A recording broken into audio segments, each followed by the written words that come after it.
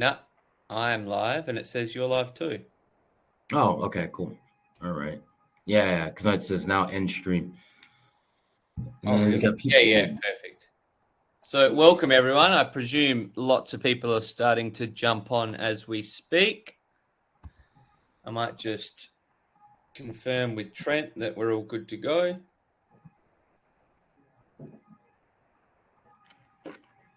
Excellent. I usually can see how many people are jumping on live. I don't know if you can see that. Oh, maybe I can there. Yeah, lower right. Yeah, the icon's missing. Looking good. Okay, excellent. A friend of mine has confirmed we're looking good. So let's jump straight into it. I just wanted to say, hey, everyone. For those of you in the UK, I hope you've got a coffee. Sorry the event's so early, and Australia and the rest of the world. I hope you're having a great afternoon. I'm very excited today to introduce you to Michael. Michael entered our cohort a few years ago and has gone on to do some amazing things. Even one of our angel investors, David Graydon, has invested in Michael early on, investing $50,000 or £25,000 after going through our Accelerate process. At a very early stage, I remember having a meeting with Michael. I think it was Stanford Street. You were still an exec at Amazon. We had an amazing meeting, and I could tell that you were going to go on to do some amazing things. Michael then raised a great round with Cedars, £236,000, around 500,000 Australian dollars, and has also raised 500,000 euros from the Malta government, which we're obviously here to discuss today. He's also started his new business consulting, Cross-Tide, to support new founders to take advantage of this government grant. So we're going to have some Q&A at the end. Michael's going to present the presentation for around 20, 30 minutes. And we also have a gift at the end for those that stay on for the full presentation. We'll have a QR code as well, so everyone can easily have a meeting with Michael, whether a group session or a one-to-one. So without further ado, please welcome Michael. Hey, everyone. Good morning. And yes, thank you to the UK people for waking up nice and early. I got to the WeWork, and I was literally the first person here, which is kind of surprising because 8 o'clock's not super early. So, all right, let's go. Let me share screen. Give me 1 second. Awesome. Okay. Can everyone see my screen now? Perfect. Yep. Lovely. All right. So let's see. Okay, cool. Yep. So I'm sure you guys are aware. I'm here today to talk about the Malta financing. So I'm going to go over all of Malta's financing schemes. So there's a grant and a loan. We're going to talk about the ideal candidate that they're looking for, how you could use those funds, because if anyone has ever applied for government grants, you know better than I that certain funds could be used for certain expenses. We'll talk about the prerequisites and the conditions in order to qualify and how Malta evaluates the applications. And at the very end, give you an introduction about Cross-Tide, what we do, as well as the entire process from beginning to getting your first check. So a little bit of introduction. Tom did a really good job summarizing who I am. So, yep, two-time founder. Most recent startup is Strabo.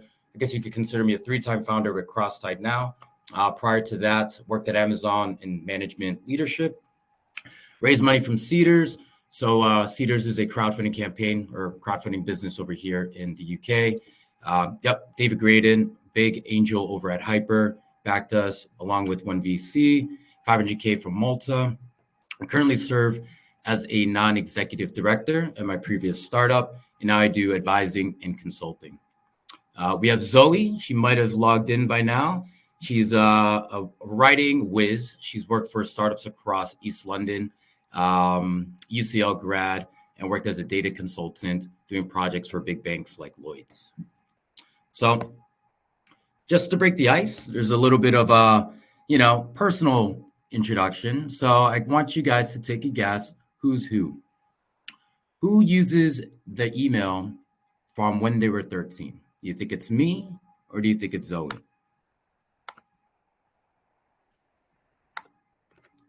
Who do you think? So it's Zoe. Zoe still uses her email when she was 13, and it's Music Monkey at something something. Who can't eat chocolate without a glass of milk?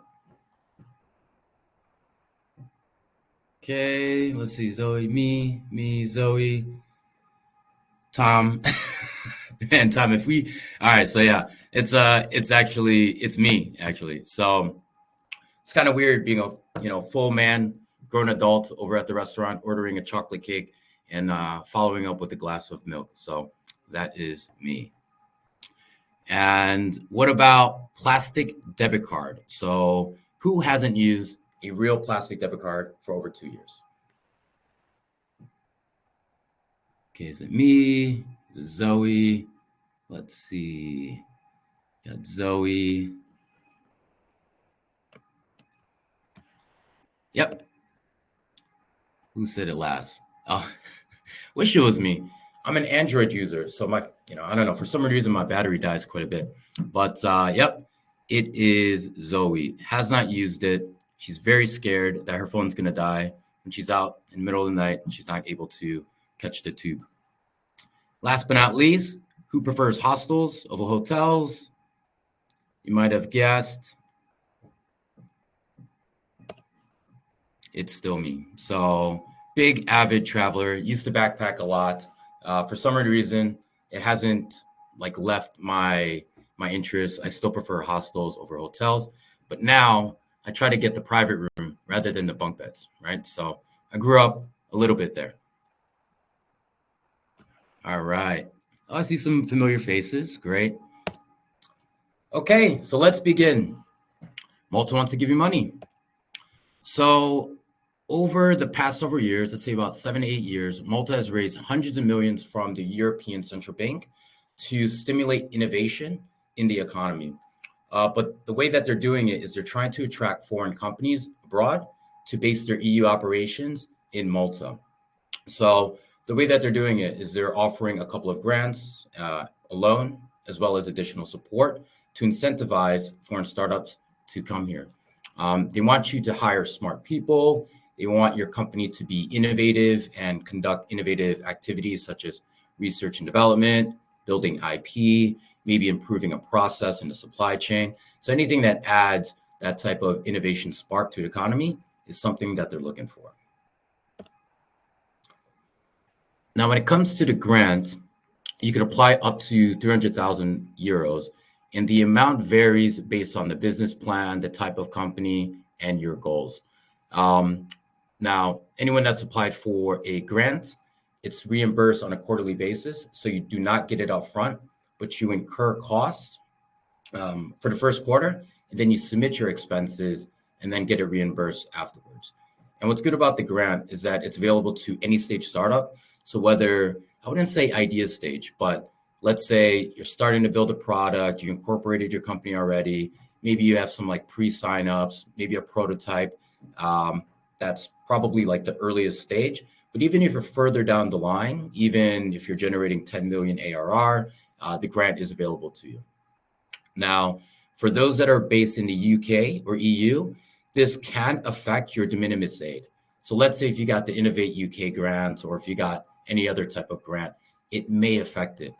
Since for everyone that's in the UK after Brexit, they don't consider some grants now. So even if you did get an Innovate UK grant, you still could apply. So it's on a case-to-case basis.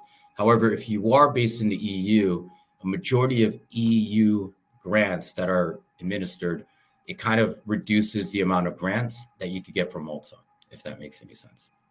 It probably goes without saying, but let's see. Yeah, it goes without saying, grants, you don't have to pay back. So for those who are unfamiliar with grants, they don't take any equity. You don't have to pay it back. It's pretty much free conditional money. And last but not least, with the grants, you could either get cash reimbursed to you, or you could use it as a tax credit. So if you think you may want to generate sales, not necessarily in Malta, but use Malta as your trading hub for the rest of the EU. So you're generating sales from, let's say, Italy or France or Germany. maybe the tax credit will be the better option. So Mark Stevens, so Smart Grant, we will double check that. So I'm taking a look at the chats and I'll try to answer as we go along. But as Tom said, yeah, we'll do a Q&A later. Well, for Mark Stevens, the Smart Grant, I actually shot an email yesterday after our call, and I'll double check on to see whether the Smart Grant affects you getting the grant over in Malta. Okay. Let's see. Leon Plobitis, does your business have to be based in the EU? No, so you don't have to move your company to the EU, but you do have to open up an office in the EU. So wherever your HQ is, that can remain the same. So whether it's in Sydney, Australia, London, UK, you just have to open up a trading business or like a subsidiary over in Malta. All right. Cool. So let's get to the startup finance loan. So the startup finance loan, you could apply for either a 500,000 euro loan or 1 million. Now, what's interesting about this loan, or at least like what's interesting about you applying for 1 million, is in order for you to qualify to apply for 1 million, you need someone with a PhD in the domain that you operate in to write you a letter of recommendation. So that's really the only condition. So they just really need to endorse you in terms of why your project is innovative, what type of impact it's going to make. And from a lot of clients that we've spoken to, getting someone with these credentials isn't that too difficult. So if you could get that, great. If not, then you could apply for the 500,000 loan. Same thing, varies based on business plan and application. You could apply for up to 500, up to 1 million, but that doesn't mean you're going to get it. So it really is conditional on the business plan, what you need, how much money you're able to bring over to Malta. The good thing about the loan, though, is that it is paid upfront on a quarterly basis. So you don't have to submit expenses or anything like that. The minute you meet the criteria, you get the letter of recommendations, the letter of intent. They give you 50,000 to 60,000 euros upfront. And then every quarter you submit expenses just to confirm that you're actually using it. And then they'll give you your second tranche, your third tranche, so on and so forth. And for the startup finance, it is specifically for early stage companies. So they are looking for 4 years or younger types of companies. So if you're incorporated within 4 years, you have less than 50 employees and or generating less than 10 million in turnover or have less than 10 million in assets under management. So let's see, the deferred. So what's good about this one is that this loan is fully deferred. So the minute you get it, doesn't mean you have to pay it back. And it's only payable once you start to generate a profit. So, you know, let's say if you're not even, let me get some water. Oh, cool. We have some people starting the application phase. Okay, great. I'm also documenting, Mike, I'm just documenting all these questions so that we can have them answer them all at a later stage. So you don't have to continuously go to them. But yeah, continue. Perfect. Awesome. All right, cool. So where was I? Deferred loan. So yeah, so the loan is deferred. You only pay it once you're profitable and only when 10% of your profit equals the premiums that you have to pay. So let's say your premiums equal 1,000 euros, right? So that means your net profit needs to reach 10,000 before it actually triggers. What's good about this loan is they only charge you 2 basis points above the ECB rate. So the European Central Bank has their own interest rates. That's the rate that they sell to other banks across the EU. And usually banks still charge whatever. And then, you know, you as the end user, that's what you get. So you're pretty much getting the same rate as Lloyd's Bank or HSBC or whoever else is getting money from the ECB. So very, very favorable. And it's a business loan. So there's no personal guarantee. So your personal assets are nice and safe. It's collateralized against the entity in Malta. They may change it now. It may be collateralized as well against your entity in the UK or Australia, but it's a pure business loan. So it has nothing to do with your personal assets. All right, cool. So now you got the money. What can you use it for? So on the business development grant, some of the expenses that they cover would be relocation costs. So let's say you have a critical employee or yourself wants to move to Malta, they'll cover those costs. So your travel, stay, moving like some of your furniture, things like that, they'll cover that. They'll cover lease, rental, or construction of a site. So your co-working space, your office space, overhead, things like that. Support and advisory. And support and advisory is going to be really important, at least for the first year that you're there. Getting your accountants, your lawyers, notarizers, recruiters, things like that to help get you situated is going to be very critical. And that's what we do as well. So I connect you with all these partners. And rights, licenses, and certifications, they cover that as well. So again, they're really looking for companies that are going to add innovation and build IP. So if you're building IP, if you need things patent, if you need a certifications, copyright your trademark, they're going to cover those costs as well. And last but not least are tangible assets. So that's going to be like your computer, office equipment, things like that. For the startup finance loan, this is really great because it kind of covers the gaps between what the business development grant doesn't cover. So working capital, and working capital could be used for normal operating expenses. Payroll, this is going to be the most important part because payroll presumably is going to be a large chunk of your expenses. So hiring your first employee, pension costs, things like that, they'll cover that. And then intangible and tangible assets. In addition to that, they'll also cover the relocation of intangible and tangible assets. So intangible assets are just like your abstract assets, like brand assets, names, current copyrights, things like that. Now, each case is different. Just because these are all the categories that they cover doesn't mean that they're going to cover it for you. So for instance, let's say, I don't know, in your business plan, rights, licenses, and certifications are going to be a small portion. Let's say maybe 1,000 or something like that, like over the course of 3 years. They may not cover that, right? But then they could allocate a little bit more of the approved money to other categories like support and advisory, payroll, or whatever. See, okay, all right. So, who is this for?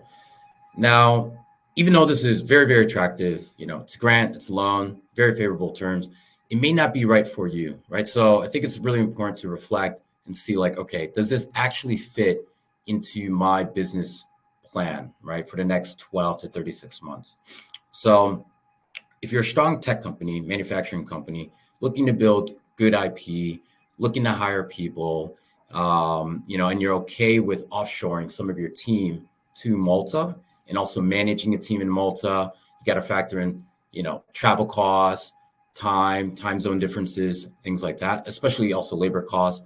If you have engineers in a different country, Malta may be more expensive or cheaper, depending on where you are. So this is a critical business decision, right? And you're going to have an extension of your business outsourced to Malta, right? And if you're okay with it, great. But let's say if you're a freelance company or service oriented, like in a weird way, so Crosstide, we're service oriented, so we wouldn't really qualify. This wouldn't be the best fit for us, right? Or maybe you have a website, but there's not really a lot of tech on it, right? So it's kind of like a low tech type of business. They may not consider you, and it may not be the right thing for you, especially if you're not planning to do any development in terms of tech. You're not planning to hire people. Let's say you're currently raising, and right now the economic climate is pretty grim. So, if you don't have that financial cushion, it could be difficult for you to go to Malta. And if you find that Malta is, I don't know, a little bit too difficult to manage in terms of time zones or people or anything like that, then this may not be the best option. Now, let's say you are you do want to do it. Everything's been ticked off. This is exactly for you. How does Malta evaluate applications? So I would say two sides of it. The first side is the preliminary things, right? So what's your incorporation days? Who is the team? Where are you based? Have you generated revenue? kind of like the eligibility criteria, the technical things that we could tick off early on before you even start the process. And this is something I also do. We do a pre-approval just to make sure that you tick those boxes, and then we can move forward. Let's say you move forward, submit the application. The way that they look at each applicant would be strong team, IP, feasibility, impact, economic development, and CSR. So strong team, they're really looking for domain expertise or experience, right? And they're a little bit fluid on this, right? They're just pretty much looking, is this person credible, right? Have this person, gone through the ropes, built a pretty good professional career, to which they think that you will be able to manage your business and turn it into something big. Second, strong IP. Are you building something that is unique, right? It doesn't have to be groundbreaking. And I think like term innovation is, people define it differently, but in their case is like, are you just building something that is like not so simple to build, right? Something that is a little bit tech-based or product-led growth, something along those lines. But typical, really, really basic marketplaces, and especially if you're not trying to build any type of SaaS around it or any strong IP around it, they may not consider. Same thing with like social media companies. If there's nothing really unique about it, they may not consider that as well. They also look at feasibility. So how feasible is it to implement your project and get it from point A to point B? Impact. So impact is pretty important actually in this regard. You're going to be looking at the economic impact and the social impact of your startup. So, how is it going to impact the local community in Malta? How is it going to impact the local community of your current HQ? How is it going to impact, global supply chains or global industries? Is it going to make it better? Is it going to streamline it? Things like that. And this is something that we would help with in crafting, because it is it's kind of hard. I struggled with this part when we were crafting our business plan, but that is an important component. And the second most important component, maybe this is actually the first, is the economic development in Malta. Now, I think what a lot of applicants think when they're doing their business plan is to say, yeah, we're going to sell in Malta, we're going to market there, we're going to do a lot of sales, things like that. But they know that their population is 500,000 people. Malta is not the best place to market your idea if you want scale and growth. But what they mean by economic development is they want people to go there to hire people, right? They look favorable on applicants where you say, listen, Malta has great developers. I want to base my IT product team, maybe sales and marketing there. So economic development is actually hiring. That's what they're looking for, not sales. There's one startup I worked with. They were doing a green energy business, right? And I think it was like retrofitting plumbing for startups, and they want to actually market in Malta. In their particular case, this would be advantageous because it's adding to the local economy. It has a CSR sustainability twist, and it could be quite lucrative just by servicing Malta alone. So each case is different. So even if you do want to market and sell in Malta, if you have a really good case and Malta is a great place to do it, then, you're going to be fine. You don't necessarily have to use it as a power hub of employment. Last but not least is the CSR and sustainability component. I would say they put less weight on this, but they do want to see somewhere in the business plan that you are considering this, within 36 months. This can mean that you're partnering with local communities. You have some type of volunteer program at your work for employees, some type of component there. It doesn't have to be huge. If it is, great, more the better. But, again, this is something that we could help connect you with different partners that do things like this. All right. So let's say you pass pre-approval, right? Go ahead, you submit the application. And now you got the letter of intent. You've been awarded 500,000, 1 million euros. What needs to be done in order for you to get your first check? Yes, I know. There's quite a bit of things I'll walk you through towards the end, but there are a lot of conditions because you're not just applying for a grant or a loan.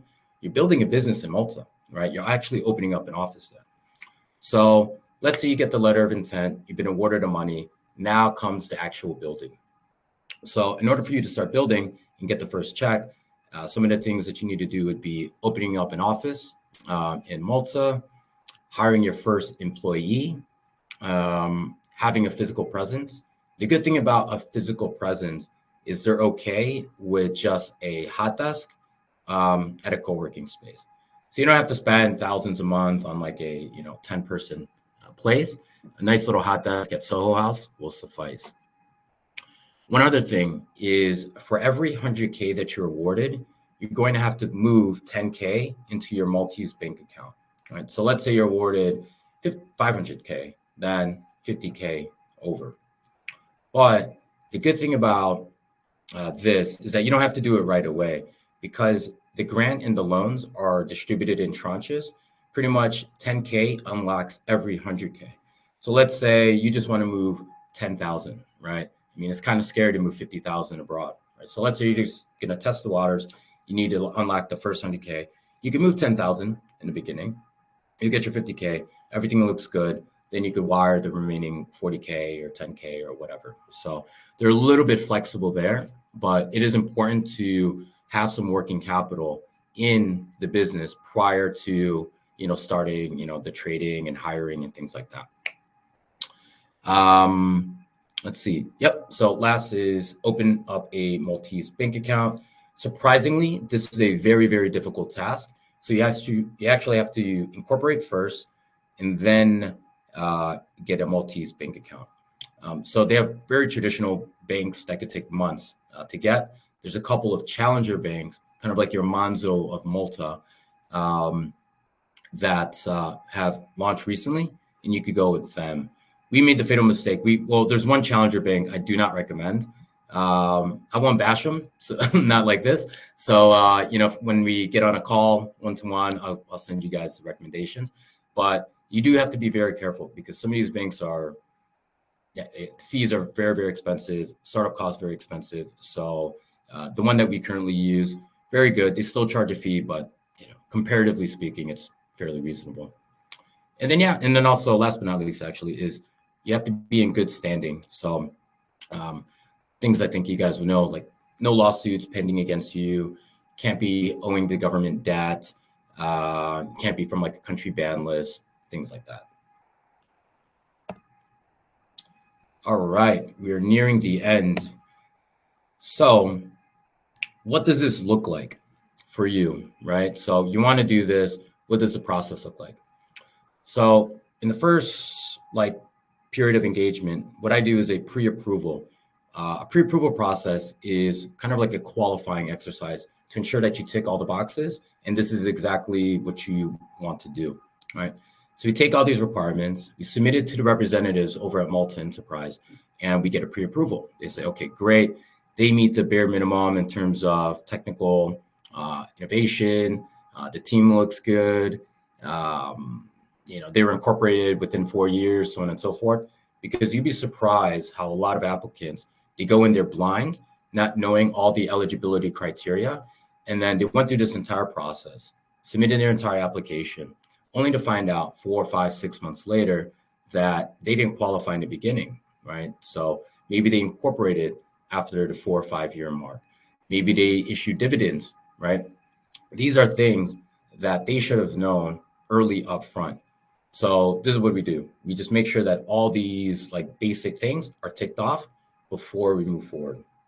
So once that's done, we do the onboarding and the application process. So this is collecting of information. We gather up all the details, all the supporting documents. And what's good about this, and I'm sure you guys have all been there, anytime you're dealing with a lawyer, a contractor that's creating any type of document for you, what happens? You get back and forth emails. And you're scratching your head. It's like, how come this person didn't just tell me everything all in one go, right? And that's the way that I want to be treated. So this is exactly what we're doing. Is all I ask is you set aside 4 to 6 hours in a day, get you everything that you need, right? All the documents. I'll do very little follow-ups or back and forths. And we just collect all the necessary information. And once we have that, we could go ahead and craft all the necessary documents. So there's business plan. Business plan is about 30 to 50 pages, and it's a specific template that Malta Enterprise gives. The financials will need your previous, I think it's 2 or 3 years. I think it's only 2 years, 2 year financial statements. And then we do a financial forecast on what your Malta expenditures and revenue and things like that will look like. And we have a Maltese accountant who does this and matches it to kind of like the needs that Malta Enterprise will be looking for. And then there's application documents as well and supporting documents. So that takes about 2 to 4 weeks, submit it, and then it's pretty much a waiting game. Now, the board of advisors over at Malta Enterprise, they had a couple of shifts lately, so there's a little bit of a delay, and it's taking anywhere between 2 to 4 months to review your application. Now, in this waiting period, my suggestion is to, one, get kind of accustomed to what it's like to do business, right? So I'll introduce you to a couple of founders over in Malta, that's been there, done that, myself included, but people that's been there for over 10 years.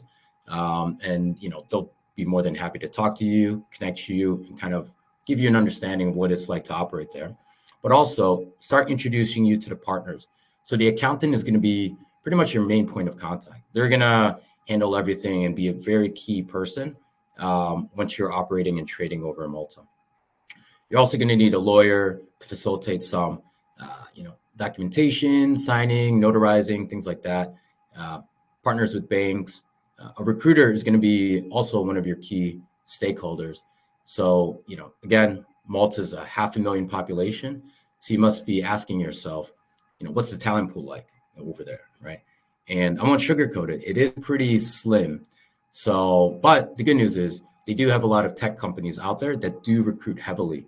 So one way is you could just, go PwC Malta on LinkedIn, find all the developers and, reach out to them manually, or you can hire a recruiter and, they could do that for you and find you the right candidate. Office space, pretty feasible.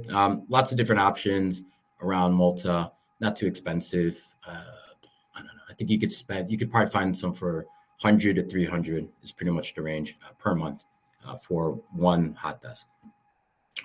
So great. So we got the decision, and after the 2-4 month mark, you get the letter of intent.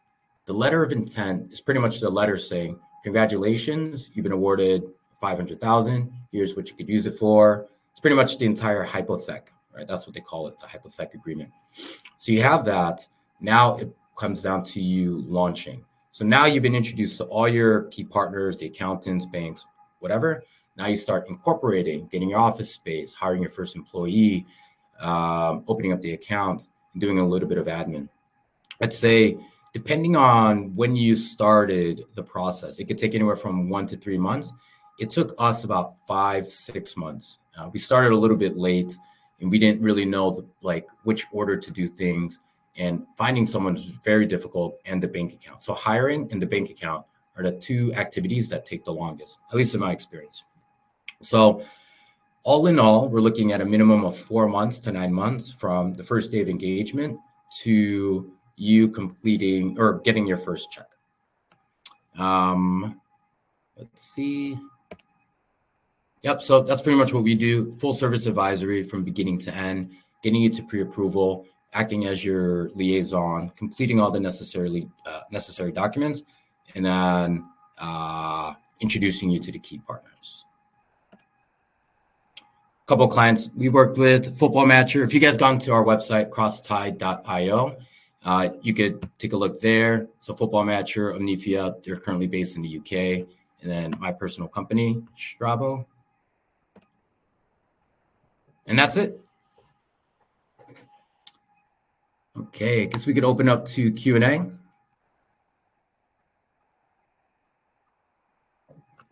Oh, Tom, I think you're on mute. That's it. I've got a big list. I'm going to post them now in the comment section. And I think what we'll do is maybe create a Notion around 40 questions. I don't think we'll be able to get through every single one today. I think what we'll do is we'll document them in Notion as well and answer everyone's response. Maybe you just want to choose 4 or 5 questions for now, and we'll notion the rest of them. Okay, great. Let's see. So, does your business have to be based in the EU? You do have to open up an office in Malta, but you don't have to move your current business to Malta. So you keep your current company wherever it is, and then you have a trading company in Malta. So it's called like a holding company, and that holding company will own your Maltese company. Hope that works or helps. Okay, that's the same thing. So you, as the individual, you do not have to be based in Malta or the EU. But you do have to have a full-time employee in Malta. So that's one of the key conditions to get the funding. Mm-hmm. Is it a match funding grant? Match funding grant. I'm not sure what that means. Match funding grant. Maybe they'll invest 100 if you do the 100, actually. but I think it's more, the 10,000 if they give you 100. Yes, exactly. Yeah, it's more about, what's your, like, how much money could you invest and bring over there? So it's more about the 10K for every 100K that's awarded. Mm-hmm. Let's see. Oh, I lost it now. I was like scrolling. And then, There's a lot. Let's see. I think I have to go back up.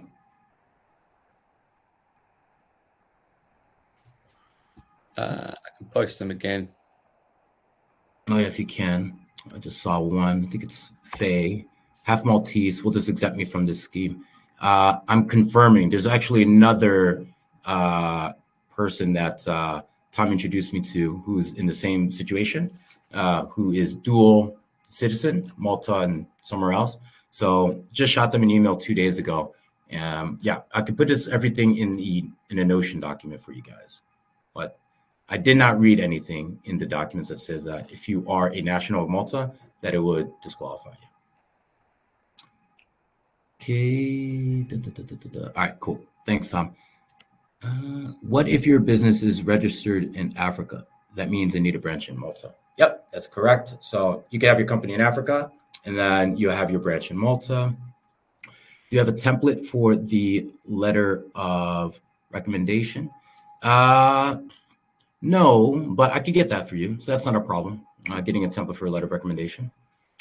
And is this Malta as in the country? Yes, Malta, just off the coast of Sicily, very, very close to Sicily. So the south of Italy.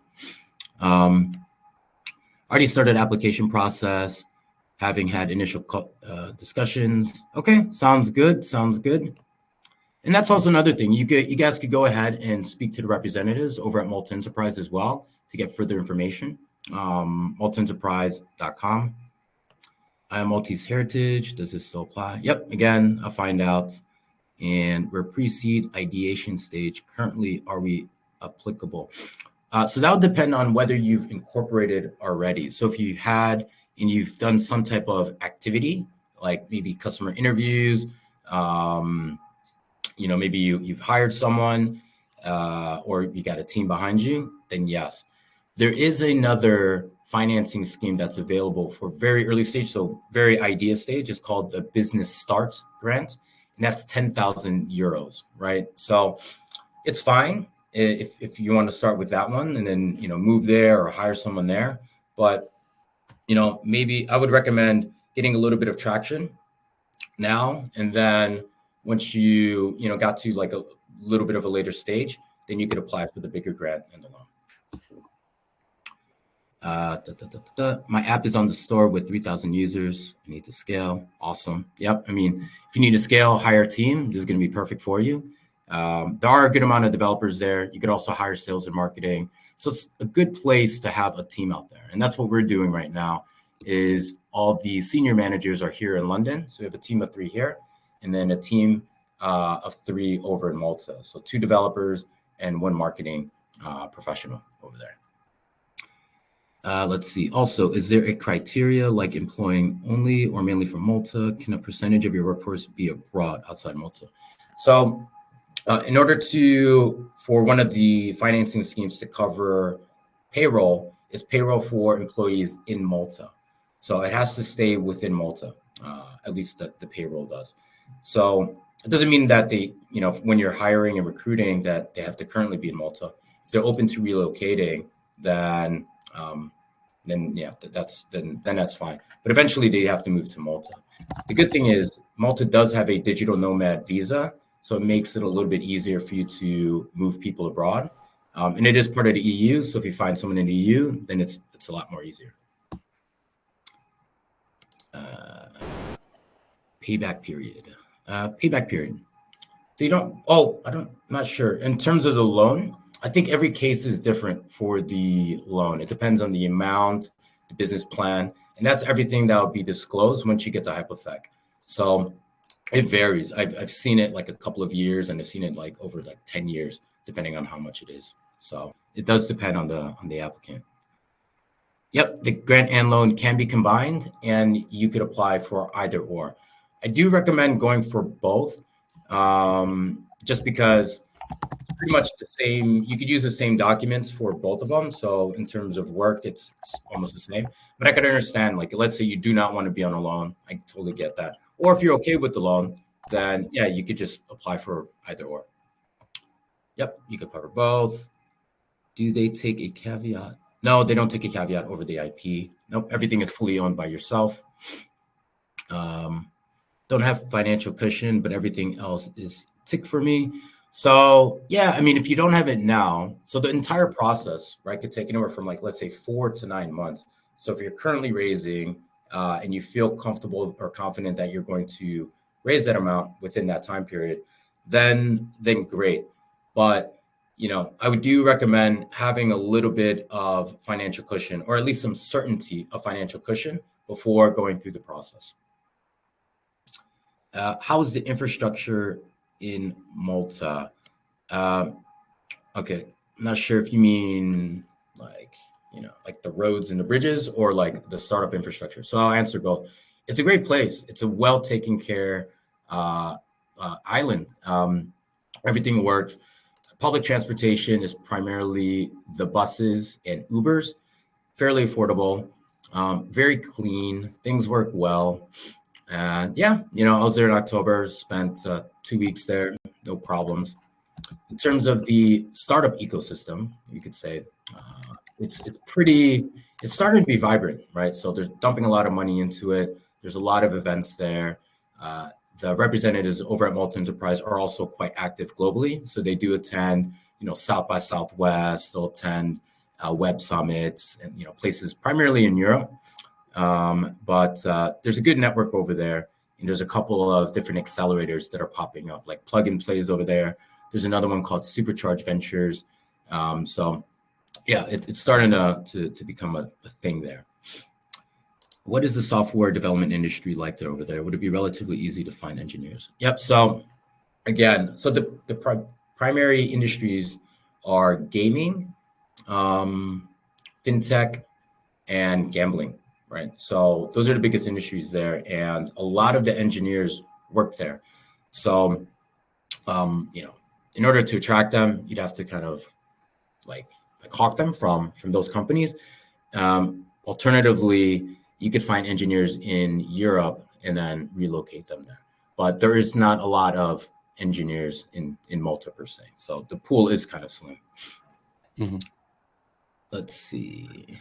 I think we'll do 2 more questions and then wrap it up, and we'll document everything on Notion so everyone can see the questions and answers too. Awesome. All right, cool. Let's see. Would a startup that just finished a hyper incubation without an MVP or revenue actually be accepted?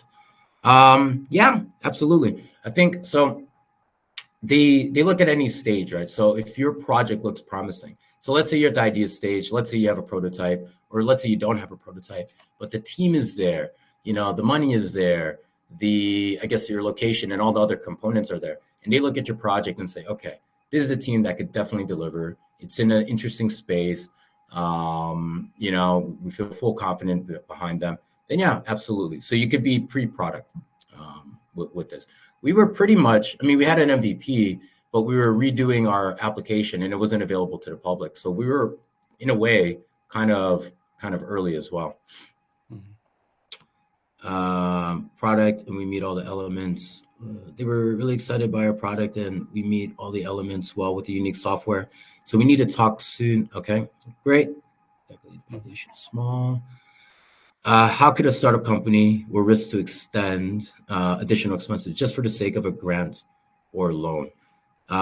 Yeah, I mean, it is a cost, right? So this isn't like exactly 100% free money. You will have to invest money there in order to find it beneficial, right? So again, that's why the financial cushion is really, really critical here. If this is going to serve as the primary source of fundraising for you, then this is probably not going to be the right fit. But if this is like the way to look at this is going to be complementary to your current fundraising situation, right? So you say, all right, I'm raising for 18 months, right? 1 million euros, 18 months runway. This needs to be looked at as like, how can I extend this by a few months, 3 to 6 months without diluting, right? So this can't be the opposite where I'm going to use this for 18 months and then I'll figure out ways to extend later. So this needs to be complementary, but not the main source of fundraising. Awesome. I think we'll leave it there. Do you want to share the QR codes now? And as I said, I'll document all the questions and we'll get them all answered on Notion. Okay, let's see. It's not 1 second. We can always upload the QR codes on. There we go. There we go. So yeah, so guys, I'm throwing 2 group events just in case if I didn't answer any of your questions. One is going to be next Tuesday, 8:30 a.m. UK, so same time as we started today. And then the next one for the group event is going to be the following Wednesday. I think it's the 17th. That's going to be at 5 or 5:30 p.m. UK. Mm-hmm. But let's say you're pretty much, you're sure this is something that you want to do and you want to start the pre-approval process, you can go ahead and book a one-to-one with me. Pre-approval is free, so you don't have to worry about any financial commitments there. But yep, so either or, whichever bucket you fit in, just sign up. Awesome.